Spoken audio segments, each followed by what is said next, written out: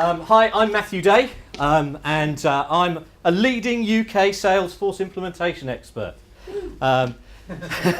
Get me. I know you're probably all thinking, oh, CRM, we have this exciting stuff about social media, we learn about digital marketing. Oh no, here comes the CRM guy. We're going to talk about IT and all that kind of stuff. I'm going to assure you that's not really where I'm going to be going this evening. So I'm going to take you for the next 10-15 minutes or so. I'm going to invite you into my world of CRM and show you a little bit about what we do and how we help information flow smoothly through your business, flow smoothly into your business and along it to help your business work more profitably. But before we start, I'd like to ask you a quick question. Who last month had a record month? 1, 2, 3, 4. 4. Could you stand up, please? Stand up. Stand up, please. It deserves recognition. Well done. I was going to give an award. I was going to give an award of a copy of Steve's latest book to the person who stood up then, but there's 4 people, so you're going to have to fight it out later. Okay, so we've got 4 people here who had a record month last month. Who is having a record month this month? We've got 1 in the middle here. 1 in the middle. Okay. Okay. That's my next question. Who is going to have a record month next month? That's more like it. That's more like it. So what we do with CRM is try and help you. Oh, there's my little clicker gone. What we do with CRM is try and help you, give you a crystal ball so that you can predict the future. Because it is possible for you to predict whether or not you're going to have a great month before you have it. I'm fed up with working with business owners and people in their businesses that whinge and complain about, I'm having a bad month, it's such a terrible time, it's all going horribly wrong.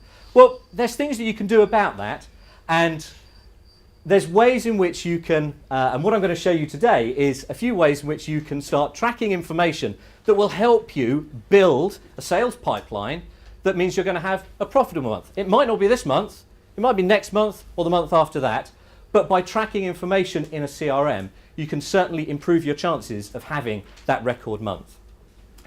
So, how do we do that? How do we build a pipeline? What is a pipeline? How does that all work? Well, if you're working in a business-to-business environment, you may be aware of this thing called the sales cycle or the sales process. And that's the length of time it takes from somebody making an inquiry, a lead maybe coming into your website, somebody actually talking to them, to going through all of the steps that it takes for them to make a decision to buy. And that might be you going and have a meeting with them, you have to send them a proposal, they then want to negotiate, they want to haggle, they want to drive your price down, and then they'll make a decision. And all of that takes time. And if you're working in a business-to-business environment, the average length of time it takes for that sales cycle is 1 to 6 months. This is a bit of research that's done by, you can't really see it down there, marketingsherpa.com. It's about 18 months old, so the figures may have changed slightly since then. But essentially, if you're working in a business-to-business organisation, there's a very good chance that you've got a great opportunity to look at and influence your future success. 85% of business-to-business organisations have a sales pipeline that is greater than 1 month. Okay, so this is giving you the start of that crystal ball. If you can predict things in a month in advance, then you need to be asking yourself, okay, how do I predict a bad month? And what am I going to do about it? But actually, this question is actually more about how do you predict a bad month rather than predicting it, and what you are going to do about it. Because it's your marketing activities, it's your sales activities that are taking place right now that are going to make a difference to next month's figures. And so if you're going to have a bad month this month, forget it, write it off. You're going to have a bad month this month. Get the effort in now to be building the sales pipeline so that next month is going to be a great month. And some of the things that Gary perhaps looks at when he's logging into his Salesforce CRM is tracking all of these activities, tracking where people are in their pipeline. to be able to make sure he stays on top of it, make sure he stays in contact with people, but also predict when is he going to have a squeeze point, when is he going to need to look at additional resource because your sales pipeline is indicating that that work's coming through. So the things that you can do, they're three very simple, and I apologise, I've kind of gone idiot-proof on these slides, kind of massive font, so if anybody at the back there can see it. The three things that I think every business should be doing is one, building a sales pipeline. That means making a record of everybody that you're talking to and where they are in their buying decision process. Keeping track of those inquiries. So whereabouts do our leads come from? If we know where our leads are coming from, if we're going to have if we're having a bad month, or we're not seeing, the pipeline getting big enough, fast enough, we need to know where to look to invest time and money to be able to increase the activity so that we can build up that pipeline. And then the third step there, keep following up. It is so easy. Just, okay, somebody phoned up, I jot their details down on a bit of paper, that gets lost, and I go off and busy doing something else. And then that bit of paper could be a really hot lead. If you're not following up on it, then these are massively lost opportunities. And having a CRM system is a system that can help you keep track of these and keep on top of those communications. So, I'm going to take an experiment now. I'm going to give you a quick demo of Salesforce CRM and just show you some of the things that that Gary works with. But I need to get some data in there first. And rather than me sitting down there and typing in lots of details, I'm going to ask you, if you wouldn't mind, taking out your mobile phone and texting the letter CRM and your email address to 66777. Okay? It's not going to sign you up to some crazy frog £4 a week subscription service. It's simply to take your data and squeeze it into our Salesforce. Now, I only I've just set this up at the weekend, so this is my first attempt seeing whether this is going to work. So I am kind of putting myself on the line here, but we'll see. So what we're going to do now, I'm just going to log in to a Salesforce organization, they call it. Salesforce is an internet-based customer relationship management system. And we're going to log in there and we're going to have a look at some of these leads, how we track where leads come from, and how we build a sales pipeline. What do we need to text? Text, CRM, space, your email address. Okay? And what you should do, you should get a text back to say, thanks very much for taking part, and you should, fingers crossed, have an email in your inbox as well from us. Yeah. So, and that took me about an hour to set up from thinking, how am I going to engage with people? Let's try text messaging and to get that set up. So, I'm going to log into Salesforce here and see what happens. All right. It's all web-based, it's all password protected, there's multiple layers of security you can go in. So if you do start using a CRM system, it is important that you have a secure platform there so that other people can't log in and get access to your data. I've created this fictional business, Essex Business Services LLP, where hopefully your text and your email addresses will have been appearing as leads. Now this is a typical login page that you might see when you log into Salesforce. And I've set this up to show, okay, how many leads have I generated this month, what's in my pipeline this month, and how many sales have I made year to date. All of these gauges and graphs refresh every night so that they can so they're up to date, or you can refresh them at any time by pressing a little refresh button there. Now, I'm really going to keep my fingers crossed here. Okay, I'm going to select leads up here. If I try and zoom in, can I zoom in on this browser? No. Oop. No. Okay, I'm going to click this drop down box and say today's leads. I'm going to keep my fingers crossed. Oh my goodness me, look at all that. 44 people have sent their email address in. That's brilliant. And at the moment, all I've got really is your email address. So I might have undertaken a marketing campaign. Oh, I'm going to do text marketing. And oh, well, okay, I've got loads of email addresses, but what do I do next? I need to work out where that person came from. I need to go and qualify their details and then start putting them into my sales pipeline.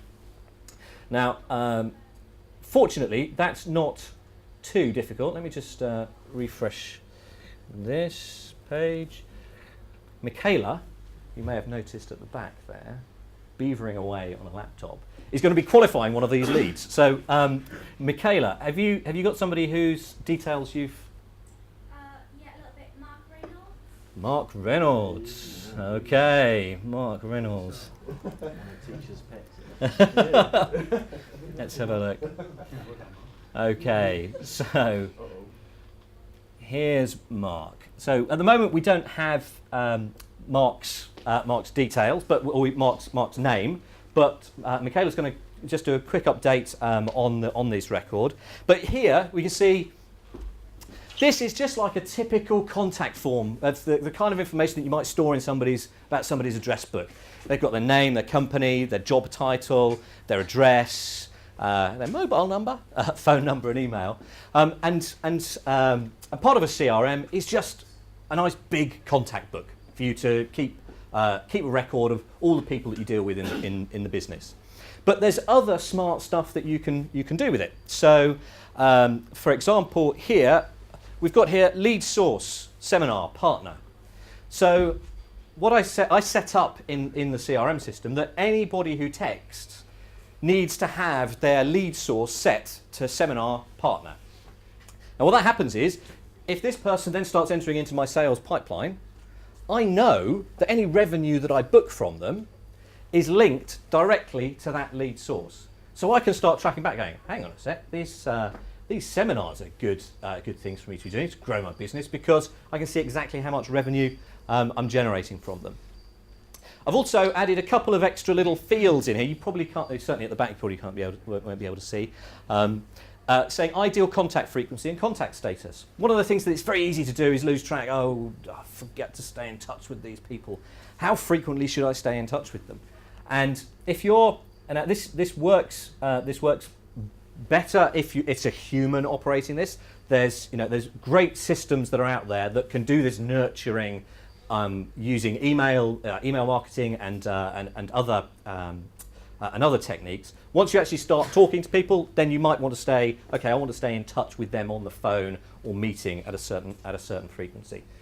So what I've got here is just an ideal contact frequency, and I'm going to say this person I want to stay in touch with monthly. I'm just going to update their name here. We've got Mark Reynolds. Whoops. Group trader. Working on Mark, but I've found another one. Jakub, home renovations. Okay. Not to worry. We'll run with Mark. So Mark here. Mark I've set to ideal contact frequency monthly, and he's got a little green flag there now, and that's because down here I can see in our activity history he's had a communication from us, and that is he's had the email saying thank you for taking part. Thank you for taking part, Mark. But what we'll do here is each time we have an interaction with Mark, we would log an activity, and this would be simply building up a history of the communications that we've had with this person. And so that then allows us another point to measure, which could be how many times do we have to interact with somebody before they enter our pipeline or before we manage to convert their business. So if I have a look at a list of all my leads that have come in today, or all my open leads, I can see here. Here we go. I've got all my little flags here in a row of everybody. Goodness me, everybody who I need to contact as a result of coming to this seminar. Don't worry, this is a demo organisation. You're not going to be on some auto dialer and telemarketing campaign to force you to sign up to anything. This is simply just to seed our this sample there. Unless so, what would we do here with a lead? All right, so actually, what we'll do is we'll just have a look at. We'll go and have a look at our dashboard. So our dashboard at the moment is showing 6.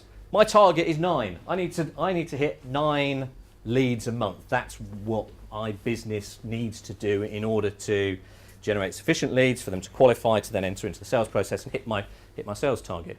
If I refresh this now, The dashboards can update every night, but you can manually refresh them at any time. What we should see is that gauge go massively up to 40, 50 leads in a month. Brilliant. But 51. And what it will also do, there we go, my chart of lead source performance. This partner seminar is way up here now, 50 leads being generated each month. But remember earlier we were talking about, I was talking about the entry into the sales process and your sales pipeline and your sales pipeline being able to show you whether you're going to have a good month or not. Well, here in the second column of dashboards that I've put here is my pipeline for this month, and I can see I've only got 2 jobs in the pipeline for this month. I've got one for £9,000 where I've sent a proposal, and one for £60,000 that I'm negotiating. So I can see my pipeline this month has got £69,000 in it. Now, they might not all come off. I might have got lots and lots of items in my pipeline. So we can do clever things like apply a probability percentage to each of those stages that a job might be in the pipeline.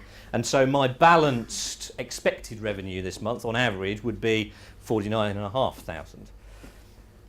Further down on the next chart down, I see, now I'm looking at next month, and I can see I've got £20,400 in the pipeline for next month. So if I'm looking for next month to be a record month, I need to be building the items that are in that pipeline for next month. And that's going to come from me undertaking marketing activities here, generating leads, talking to them, finding out who's likely to be entering into my sales funnel, converting them and entering into the sales process, and building up that funnel.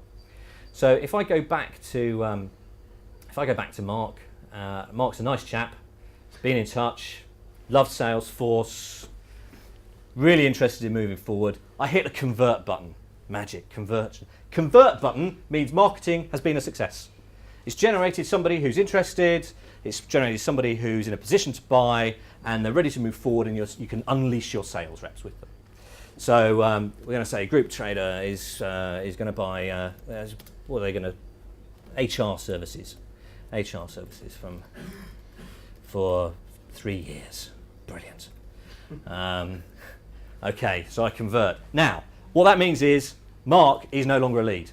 He disappears out of my lead list. His numbers still add up in my list of leads because he's not actually kind of disappeared off the earth. So he will still be recorded as a lead, but I won't be able to go and access his details because he is now in the system as a contact with an account. We can see here we've still got his activity. We've taken across all of his activity information, but we've also got a sales opportunity. And here on the sales opportunity is where we start building this sales pipeline. So I've got my first meeting with Mark over here, stage first meeting, and I can change that. So if I have my first meeting,